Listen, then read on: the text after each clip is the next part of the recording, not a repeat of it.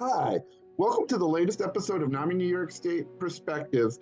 I'm your host, Matthew Shapiro. And I'm your co-host, Haley Emring. Hey, Haley. So I was so excited about this episode where we really look at tardive dyskinesia, which is such a misunderstood disorder. I thought one of the things that really stood out to me, Haley, is that 75% of cases of tardive dyskinesia go undiagnosed, and really that awareness is so needed. Can you tell us about our guest today? Yeah, I'm happy to. So we are delighted to have our guest, Dr. Mike Asbach. He is from the Dent Neurologic Institute out in Amherst and is a doctorally trained psychiatric physician assistant. So loved speaking with him. He had a lot of insight to talk about. And honestly, I think a lot of things that aren't currently talked about with TD, and overall was just really exciting this session. It made me feel really empowered and I learned a lot from it. Yeah, I really enjoyed the conversation too. I was really impressed with him. He was so down to earth and made such a difficult topic very relatable and accessible, I thought. And,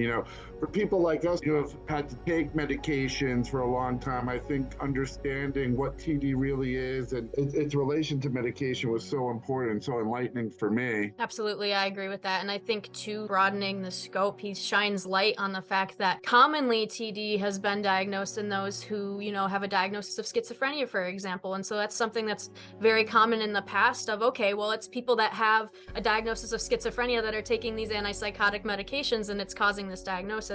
Well, now Dr. Asbach shines light on the fact that it's not just people who have schizophrenia or are necessarily taking one class of antipsychotics. So it's a lot of things that I feel like is really important. We always see mental health as an evolving and changing movement, and I think this just adds another piece to the puzzle, and it's really important. Yeah, and again, I thought it was so interesting. We kind of talked about with him, how to address scary subjects like tardive dyskinesia, things we would rather ignore. I think about how you kept telling me to read Tuesdays with More. It was like I was afraid to, for whatever reason, and finally jumped in and really knowledge is power. Reading that book helped me in my recovery when I was dealing with physical issues. And I think this knowledge that we're providing people about TD is really going to help with their recovery. Hey, that's the goal, right? One person at a time. Right, that's totally it. So again, this is we're releasing this as part of TD Awareness Week. So as we mentioned in the video, landmarks around the state, including the Empire State Building, Niagara Falls, Empire State Plaza, all going to be lit up blue this week for TD awareness. So if you see blue lit landmarks in your community, now you know why we're talking about this. And we're really excited to give this a platform and help people understand this misunderstood disorder. So enjoy the episode. Thank you so much for joining us. Really excited to have you and learn more about tardive dyskinesia, or TD as we'll refer to it for this conversation. So let's kind of start at the basics. What is TD? Sure. Thanks, Matt. I'm really happy to be here and happy to and excited to talk about tardive dyskinesia because I think it's something that not a lot of people maybe understand. Maybe they've heard about it or maybe they've seen it, but probably can't describe it. So in short, tardive dyskinesia is what we call a drug-induced movement disorder. So it occurs when people have taken medications that affect dopamine for a long period of time, usually at least 3 months. And typically, what happens is it can set on somewhat slowly or insidiously, but we develop these abnormal movements. We may see them in our face or in our mouth, but we can see them in any part of the body. And these can be quite bothersome. They can be embarrassing, or they can even be to a point where they may be so extreme that they cause pain or even disability because of inability to do things. Yeah, absolutely. And I can only imagine, too, on top of that, one of the more challenging aspects of TD and having the movement disorder is that it just further compromises the mental health of someone who is already living with a serious psychiatric condition. So I'm wondering, too, if you can maybe touch base a little bit on treating patients who essentially have a triple diagnosis, and even diving a little bit further into that. Are the effects of TD reversible, and what does recovery from TD look like? Sure. And Haley, I think you hit on a really great point there is that not only is there concern regarding movement, if someone has maybe abnormal movements in their hand, they might not be able to button their shirt.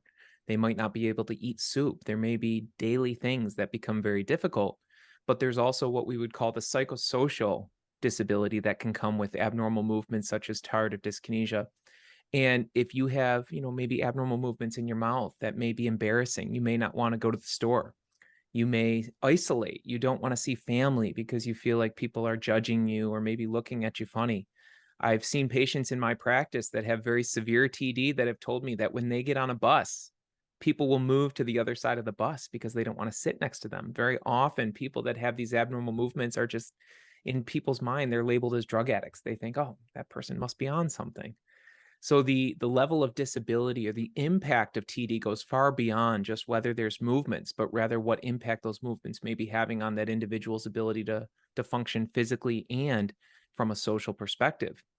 So the triple hit, as you said, that's the tough thing, is tardive dyskinesia occurs when you take dopamine modulating medications, which typically is medications that we use in mental health.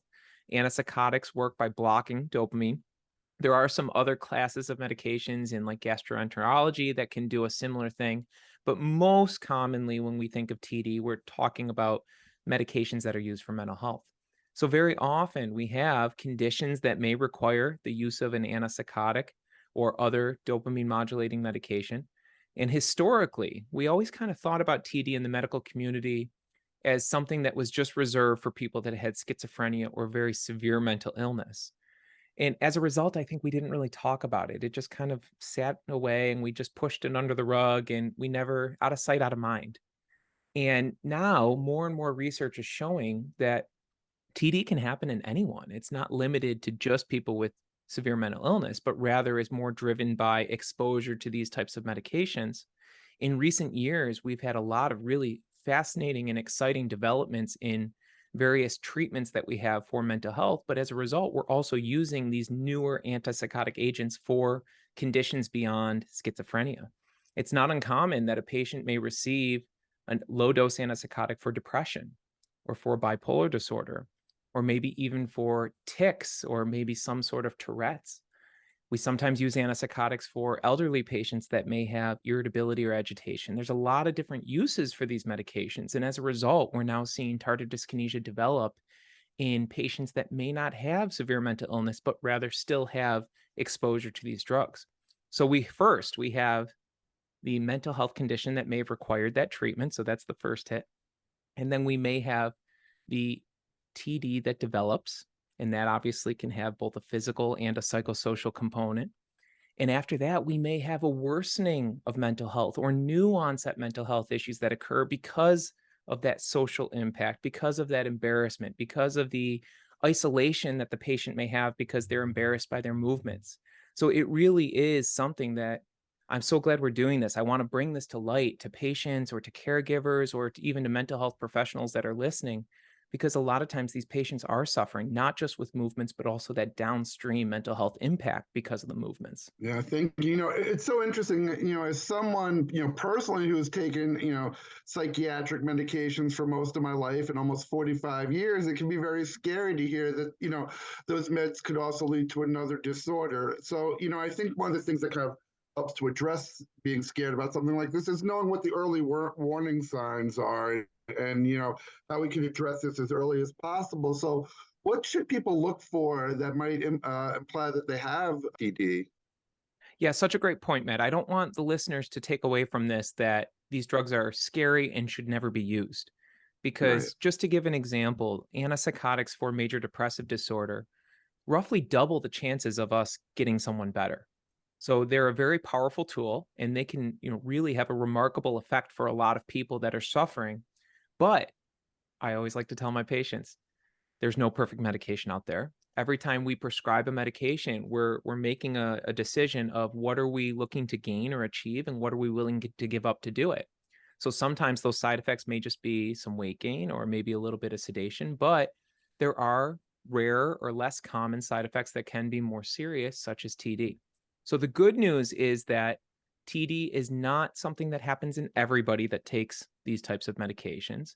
The lifetime prevalence of developing TD, if you're on what's called a second generation antipsychotic, which is a newer class of antipsychotics, the ones that typically are used these days, is about 7%. So it's not terribly high, but at the same time, it's still something that we want to be aware of, and the risk is still there. If we're seeing these medications, if we have these medications on board, the early warning signs that we want to watch for is that very often TD will develop somewhat slowly. So hopefully, if you are seeing your mental health clinician, Every few months, you'll be doing what's called a screening. Usually we use an AIM. So it's an abnormal involuntary movement scale. And that's a 7-question scale that looks at the presence or absence of movements in all the different regions of the body. If your clinician is on top of things, as I would hope they are, then really we should be doing that scale at least once a year, or if your clinician identifies you as being someone that is higher risk for developing these movements, every 6 months. Early symptoms will often be just very subtle movements. We may start to see these movements develop. The most common area is the face and mouth. So you may start seeing maybe a little bit of like a facial twitch or some tongue darting. And if those movements start to develop, that's a great opportunity to talk to your clinician, say, hey, I think this, I'm seeing some things in the mirror when I'm getting ready in the morning, and then talk about whether this is an opportunity to make a change to the treatment that for your mental health condition, or whether it's something that you continue to watch, or maybe we remove the medication that we think may be causing this issue. I always like to tell patients the first thing we should do if we see abnormal movements developing is figure out whether we can remove, replace, or reduce the medication that's causing these issues, the 3 R's. Sometimes we can't do that. If I have someone that has maybe schizophrenia and they are on a medication and that medication has done a really great job in keeping hallucinations or paranoia at bay, I don't want that person to end up in the hospital. And if I remove that medication, there's maybe a likelihood that the schizophrenia may come back and may be unstable. So it's not an easy thing. It's not something where we can always say, oh, you're developing movements, let's get rid of that med. But the first step, if we're starting to see those movements develop, is to have that conversation with your clinician and figure out that risk-benefit balance moving forward. It's interesting. Just to clarify, you said for someone who's taking a second-generation antipsychotic, the chance is about 7%. Is that the class of drug that's the highest probability that you might get TD? So, someone who may, like me, have some anxiety, depression, ADHD, and take those type of medications, the risk is substantially lower. Correct. Yes. So we typically associate tardive dyskinesia with antipsychotics. Second generation antipsychotics have a lifetime prevalence of about 7%. Old school antipsychotics, first generation antipsychotics, which we see less of these days, thankfully, has a much higher rate with a lifetime prevalence of about 30%.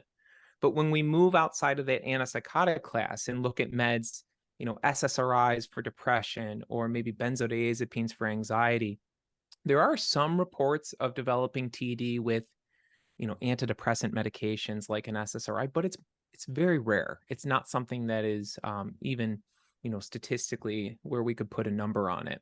So you're correct. This is typically a condition that we associate with long-term exposure to antipsychotic medications. And antipsychotic medications can be very valuable in many conditions, including depression or anxiety. But this does not mean that there's TD risk with every mental health medication. Yeah, I think that's a really huge distinction to be able to bring about too. And I think you kind of already alluded to it a little bit in terms of diagnosis too, but I'm interested, how early can TD, start to surface in an individual? So there's actually several drug-induced movement disorders, and one of the best ways as a clinician that we can determine what type of movement disorder it is based on timing.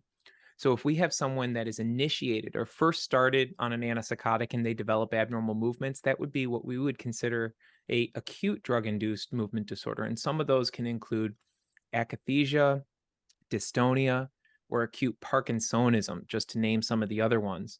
So tardive dyskinesia, by definition, the medical term tardive actually means delayed. We have to see exposure to the medication and then delayed development of symptoms of at least 3 months.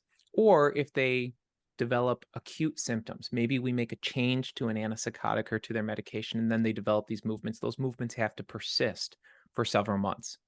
So one of the ways that we can make these differentiations is timing. If we see someone who develops those movements and maybe they go away after just a few days, or they are there when we start a medication but then subside, that would not be tardive dyskinesia. That potentially can be a different drug-induced movement disorder.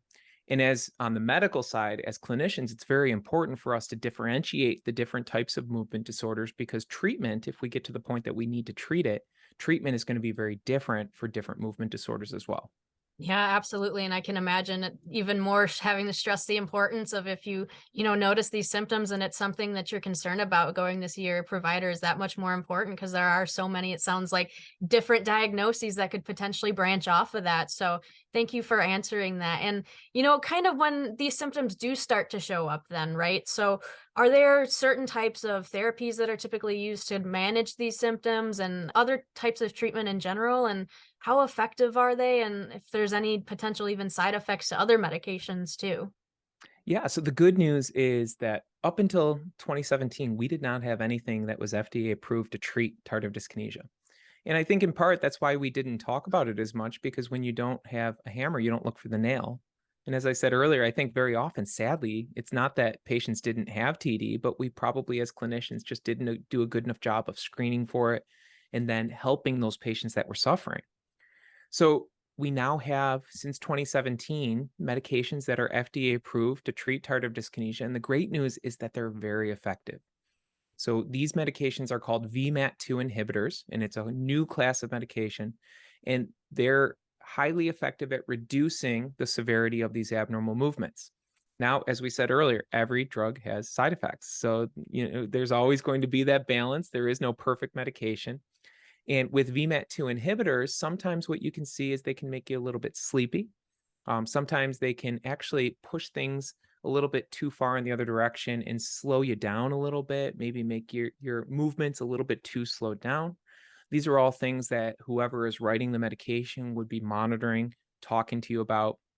As always, anytime we initiate a medication, we want to talk with our clinicians about the risks and the benefits and make sure that we are giving what we call informed consent. We're understanding everything that goes into it, and as a partnership or a team moving forward with treatment.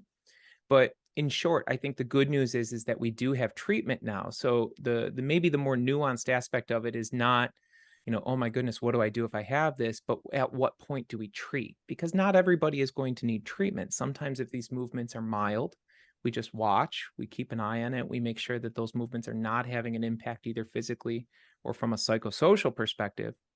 But as clinicians, we have to make sure, because even at mild TD may be embarrassing. Even mild TD may be preventing that patient from landing that dream job of theirs.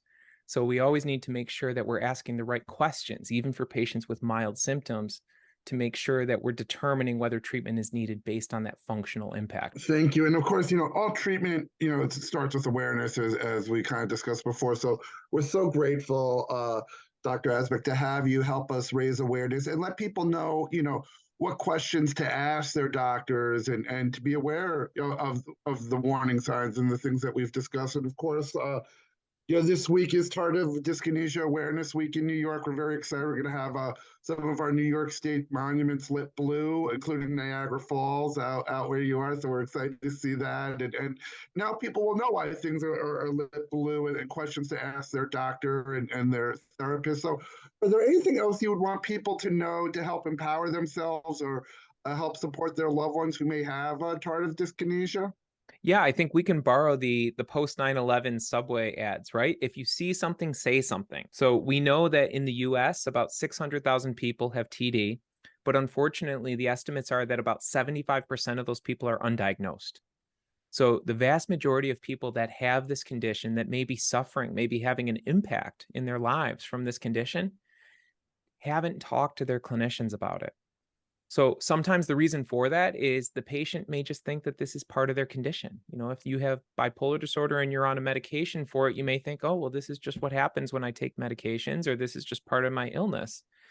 And I think having those conversations with your clinician, as you said earlier, is really the important thing, because very often the clinician may not know that you have TD.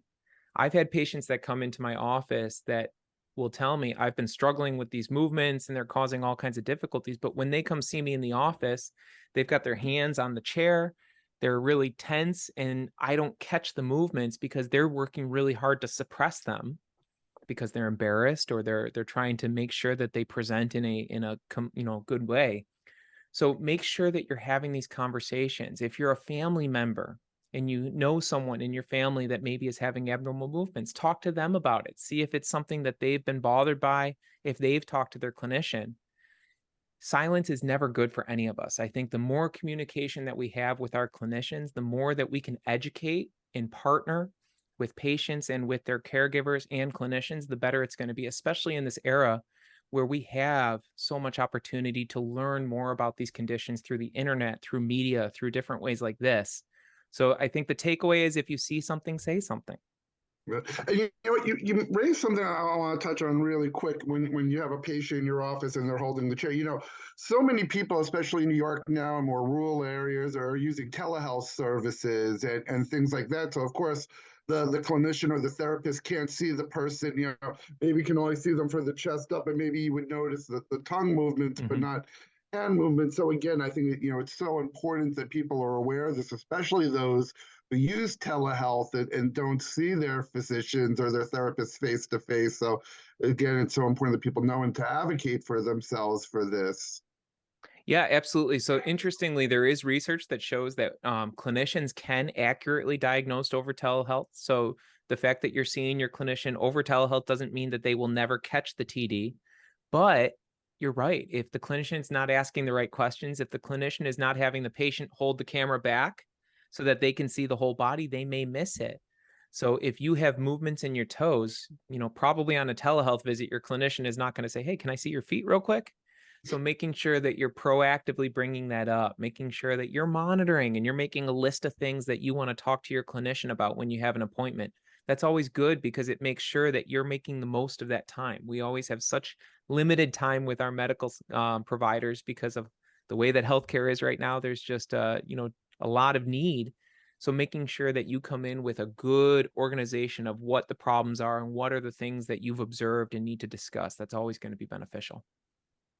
Great. Well, again, thank you so much, Dr. Asbach. I mean, such good information. And, you know, Haley and I, most of our job is trying to educate and empower people and teach them how to advocate for themselves. And I think, again, when you hear that 75% undiagnosed number, that's really alarming. So again, giving the people the tools they need to recognize the potential of TD, and more importantly, like you say, see something, say something, is just so important. So thank you for taking the time out of your busy schedule to give our viewers those tools. Yes, thank you so much for having me. I have blue on for TD week, so Yeah, we're keeping with the theme, and I really am we're hoping that all at in least blue. someone, yes, at least anyone that's listening to this will be inspired to maybe have more conversation with family or with their clinician. Great. And most importantly, go Bills, right, Haley? So I was just thinking that. I'm not even joking, Matt. That's hilarious. Yes. Yes, yes, go Bills. All right. Thanks so much, Doctor.